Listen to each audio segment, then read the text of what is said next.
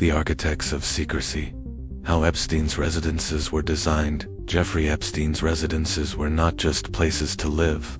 They were environments, carefully constructed spaces that blended luxury with control, privacy with isolation, and comfort with concealment. While much attention has been paid to what happened inside these properties, far less scrutiny has been given to how they were designed and why those designs mattered. Architecture is never neutral. Every building makes decisions about visibility, access, and movement. In Epstein's case, those decisions created spaces that limited oversight, discouraged questioning, and allowed activities to unfold beyond easy observation. From the outside, Epstein's properties projected legitimacy. A Manhattan mansion near Central Park, a Palm Beach estate in a wealthy neighborhood, a private island retreat. Each location signaled status, not suspicion.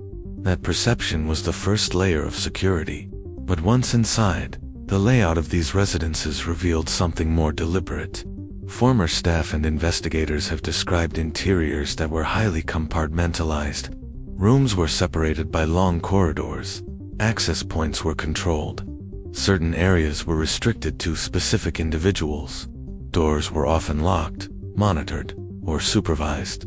This compartmentalization served a purpose. It prevented any one person, staff member, guest, or contractor from seeing the full picture. Housekeepers cleaned one area. Assistants worked in another. Security monitored perimeters rather than interiors. No single role provided comprehensive visibility. In effect, the buildings themselves enforced silence. Surveillance infrastructure added another layer. Reports indicate that Epstein installed extensive camera systems across multiple properties. These systems were not simply for external security. Cameras were allegedly positioned to monitor movement throughout the interiors, entrances, and private corridors. Control of these systems remained centralized. Footage access was limited. Recording oversight was internal. Surveillance, in this context, did not create accountability. It created leverage. Access to Epstein's residences was equally controlled. Visitors did not arrive casually. Entry was managed through staff, scheduling, and approval. In some cases, guests were escorted throughout their time inside. Movement was guided. Waiting areas were separate. Departure routes differed from arrival routes. This choreography reduced unpredictability, and unpredictability is the enemy of secrecy. The properties themselves were designed to discourage external observation. High walls, hedges, gated driveways, and setbacks limited visibility from the street.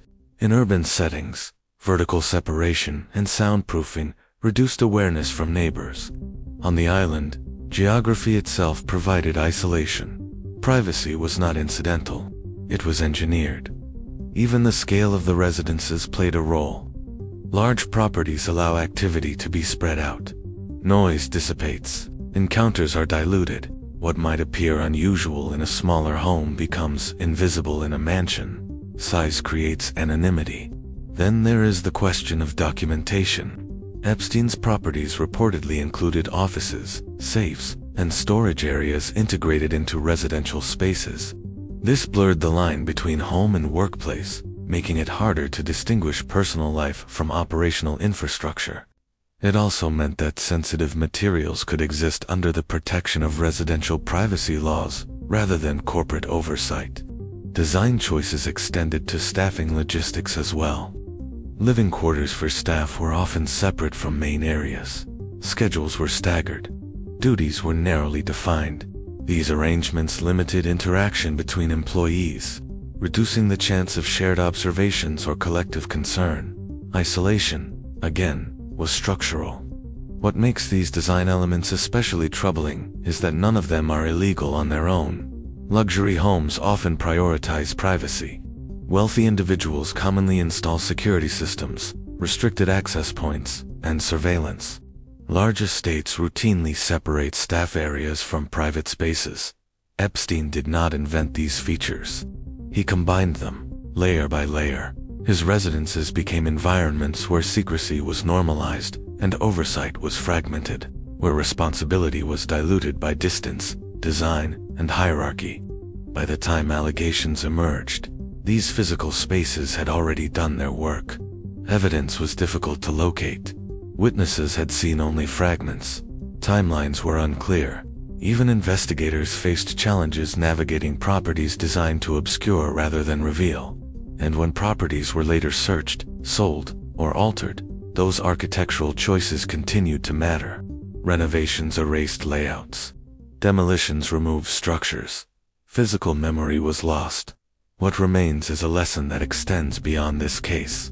Architecture can protect, but it can also conceal. When design prioritizes privacy above accountability, and when control of space rests entirely with one individual, buildings themselves can become tools, not just settings. Epstein's residences were not the crime, but they were not passive either. They were silent partners, shaping behavior, limiting visibility, and enabling secrecy through design. And that may be the most unsettling realization of all, because the question isn't whether these spaces were deliberately designed for concealment. It's how many similar spaces already exist, hidden behind wealth, architecture, and the assumption that privacy always means safety.